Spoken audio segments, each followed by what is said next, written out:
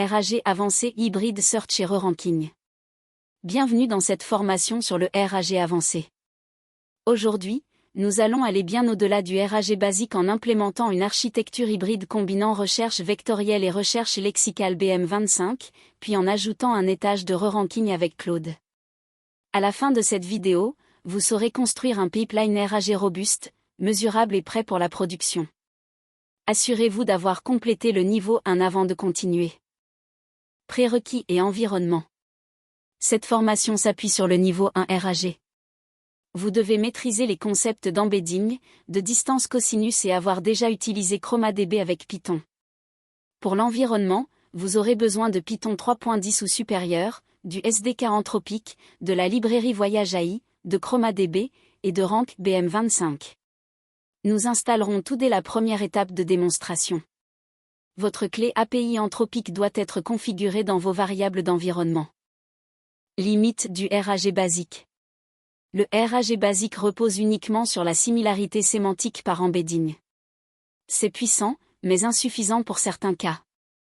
Prenons un exemple concret, si l'utilisateur cherche le code d'erreur exact HTTP 429 minutes, la recherche vectorielle peut rater ce résultat car elle cherche du sens, pas des chaînes exactes. BM25 en revanche excelle sur les termes précis, les acronymes, les identifiants techniques.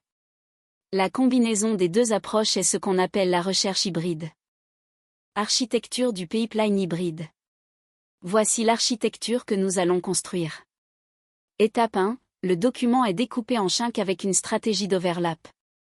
Étape 2, chaque chunk est indexé dans ChromaDB via Voyage AI pour les embeddings, et dans un index BM25 pour la recherche lexicale. Étape 3, une requête utilisateur interroge les deux index en parallèle. Étape 4, les résultats sont fusionnés via l'algorithme RRF. Étape 5, Claude re-rank les candidats finaux. Étape 6, génération de la réponse. Chunking stratégique concept. Le chunking est une étape critique souvent négligée. Un chunk trop grand noie l'information pertinente dans du bruit. Un chunk trop petit perd le contexte nécessaire à la compréhension. La stratégie que nous allons utiliser combine une taille fixe en nombre de tokens avec un overlap, c'est-à-dire un chevauchement entre chunks consécutifs. L'overlap permet de ne pas couper une idée à la frontière entre deux chunks, préservant ainsi la cohérence sémantique. Installation des dépendances. Commençons par installer toutes les dépendances nécessaires. Dans votre terminal, exécutez la commande suivante, pip install Anthropic Voyage et ChromaDB Rank BM25 NumPy. Notez bien que les embeddings ne seront pas générés via le SDK Anthropic directement. Nous utilisons Voyage AI, qui est un service distinct accessible via sa propre librairie Python. Voyage AI est le partenaire recommandé par Anthropic pour les embeddings de haute qualité, mais son API est séparée. Configuration des clients API. Voici la configuration initiale de notre script.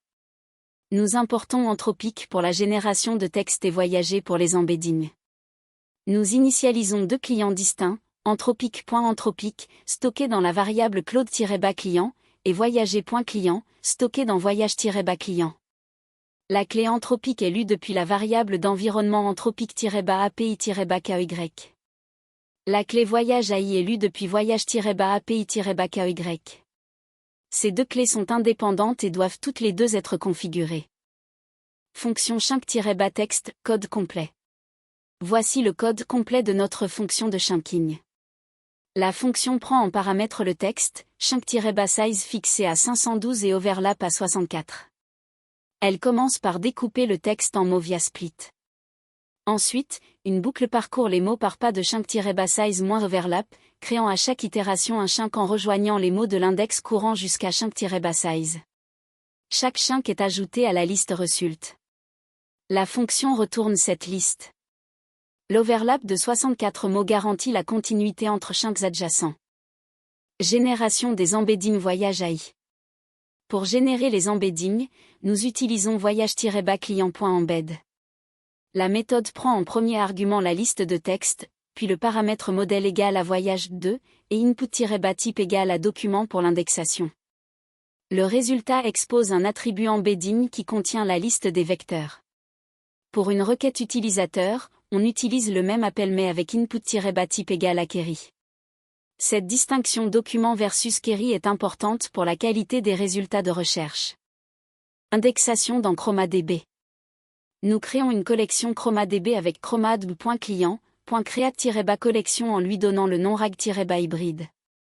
Pour indexer nos chunks, nous appelons collection.add avec 3 arguments, IDS, qui est une liste d'identifiants uniques comme chunk 0, chunk 1, etc., embedding, la liste des vecteurs voyage AI, et document, la liste des textes bruts.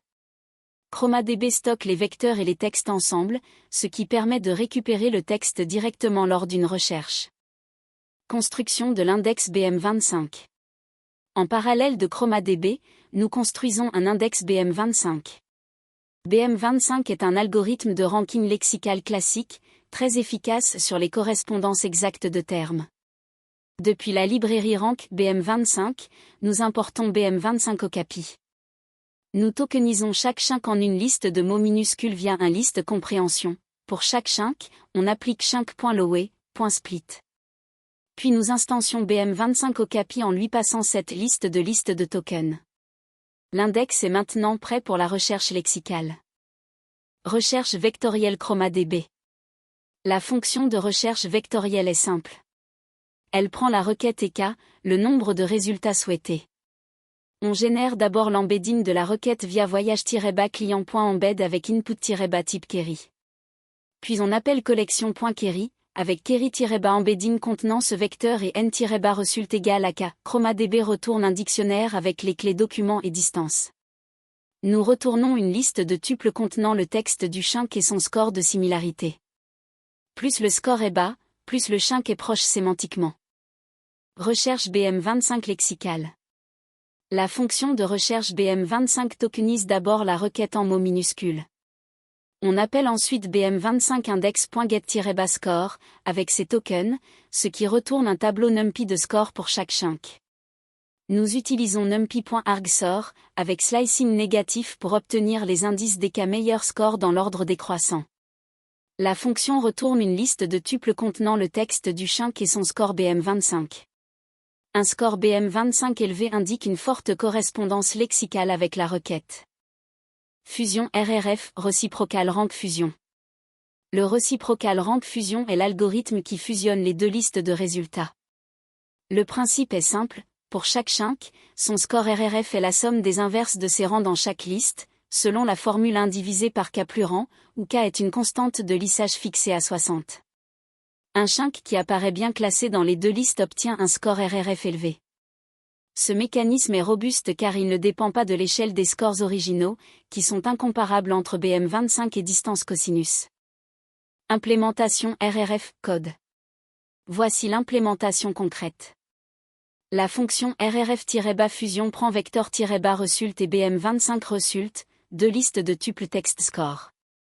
On crée un dictionnaire score initialisé à 0. Pour chaque liste, on itère avec enumerat pour obtenir le rang. Pour chaque document, on ajoute à son score la valeur 1 divisée par 60 plus rang. Après avoir traité les deux listes, on trie le dictionnaire par score décroissant et on retourne les cas premiers textes. Ce sont nos candidats finaux pour le re-ranking. Re-ranking avec Claude Concept.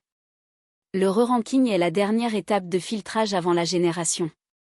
Les candidats issus du RRF sont pertinents, mais pas forcément ordonnés de façon optimale. Nous allons demander à Claude d'évaluer chaque chunk par rapport à la question et de lui attribuer un score de pertinence de 0 à 10.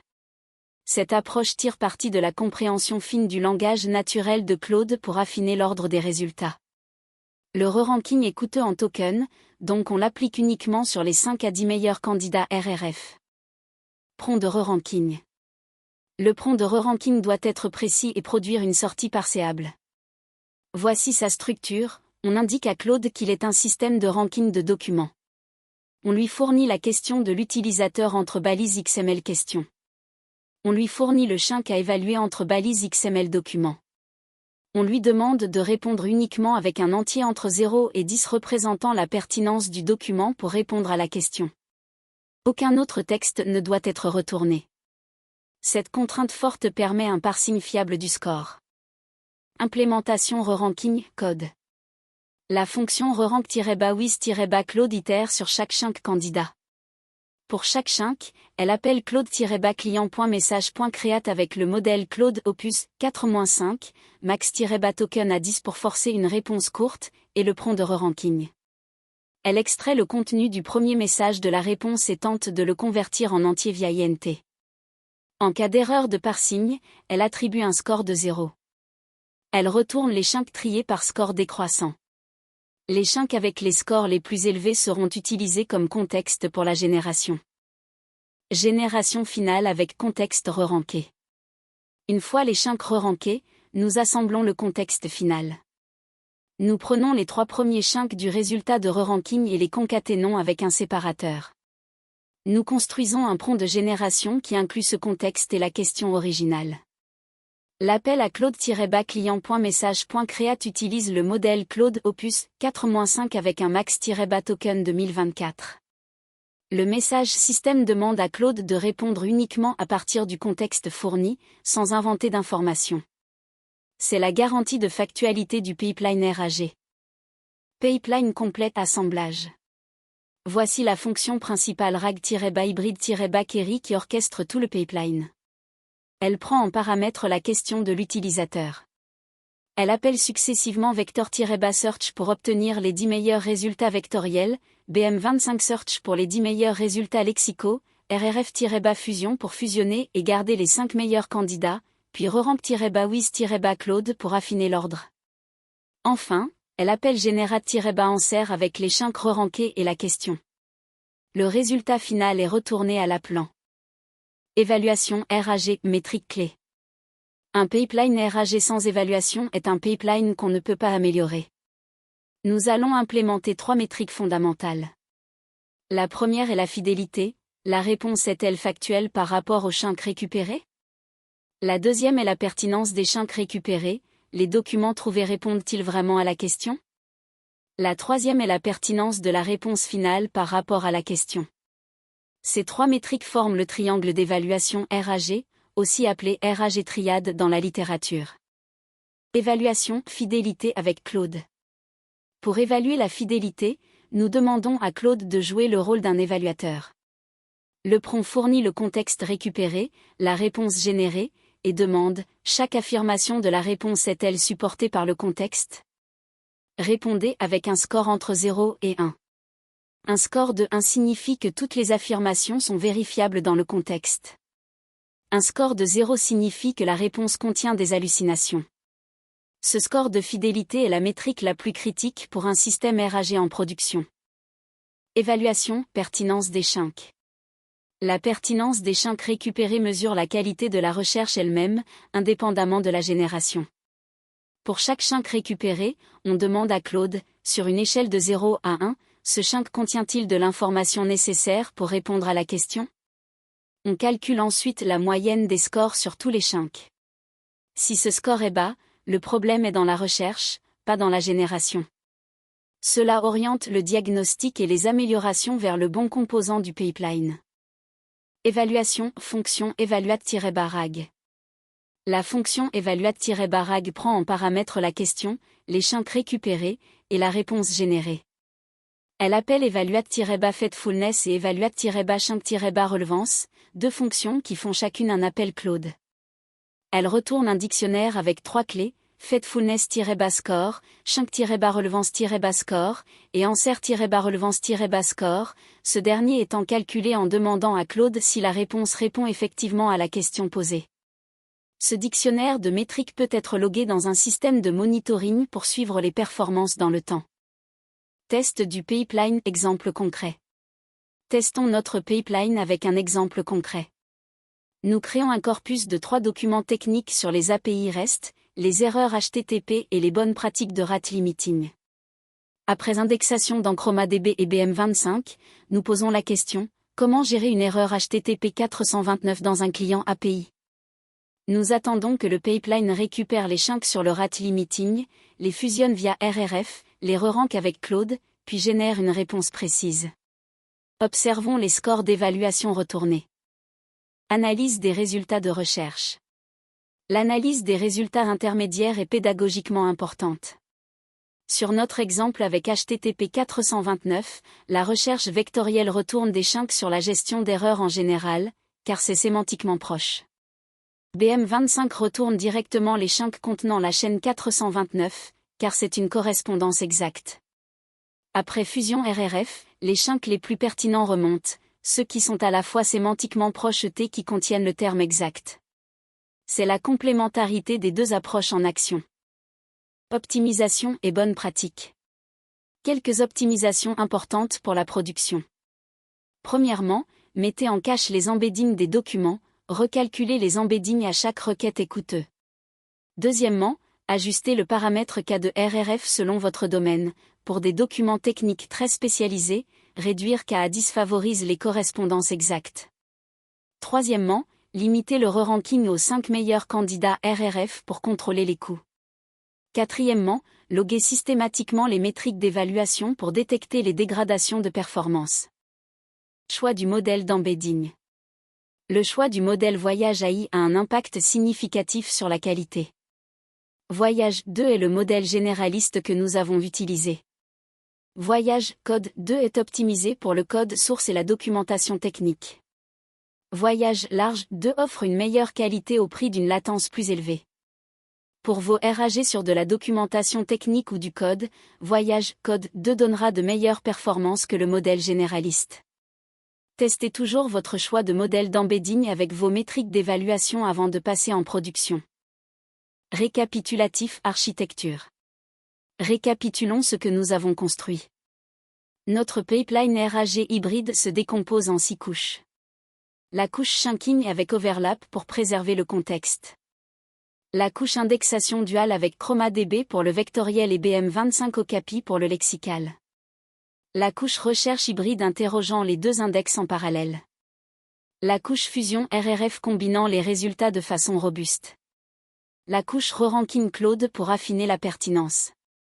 Et la couche évaluation avec les 3 métriques de fidélité et de pertinence. Récapitulatif, compétences acquises. Vous maîtrisez maintenant 4 compétences clés. Premièrement, le chunking stratégique avec overlap pour optimiser l'indexation. Deuxièmement, la recherche hybride combinant BM25 et embedding Voyage AI via ChromaDB. Troisièmement, la fusion RRF et le re-ranking avec Cloud pour affiner les résultats. Quatrièmement, l'évaluation RAG avec les métriques de fidélité, pertinence des chunks et pertinence de réponse. Ces compétences vous permettent de construire des systèmes RAG mesurables et améliorables de façon méthodique. Récapitulatif, point de vigilance. 3 points de vigilance à retenir absolument. 1. Ne jamais utiliser Anthropic.embedding directement, ce endpoint n'existe pas dans le SDK standard. Toujours passer par la librairie Voyager avec une clé API distincte. 2. Le re-ranking avec Cloud est puissant mais coûteux. Limiter son usage aux étapes finales sur un petit nombre de candidats. 3. Sans métrique d'évaluation, vous ne pouvez pas savoir si vos optimisations améliorent réellement le système. L'évaluation n'est pas optionnelle en production. Prochaines étapes et call to action. Vous avez maintenant les bases d'un RAG avancé en production. Le code complet de cette démonstration est disponible dans le dépôt de la formation, avec les jeux de données de test et les scripts d'évaluation. La prochaine formation du parcours RAG abordera l'indexation de documents multimodaux avec des PDF et des images. Pour aller plus loin dès maintenant, expérimentez avec différentes tailles de chunks et mesurez l'impact sur vos métriques d'évaluation. Bonne pratique, et à très bientôt pour la suite du parcours.